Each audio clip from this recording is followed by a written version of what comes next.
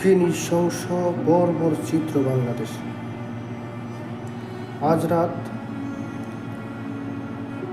শহীদ মিনার এলাকায় বাংলাদেশের জনপ্রিয় কন্টেন্ট ক্রিয়েটর ফ্যামিলি এন্টারটেইনমেন্টের রাকিবের উপর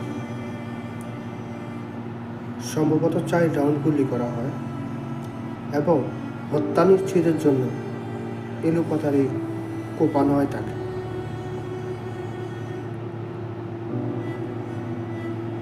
শহীদ মিনার এলাকা সবচেয়ে বেশি জনবহুল এবং ঢাকা বিশ্ববিদ্যালয় এলাকায় ওই এলাকায় সবসময় জনসমাগম থাকে।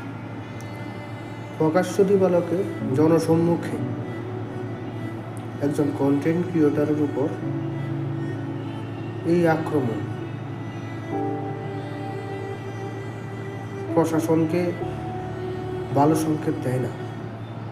বর্তমান ক্ষমতাসীনদের কাছে আমি অনুরোধ করব, আইনের শাসন এবং একটি নিরাপদ বাংলাদেশ দেশের আশায় মানুষ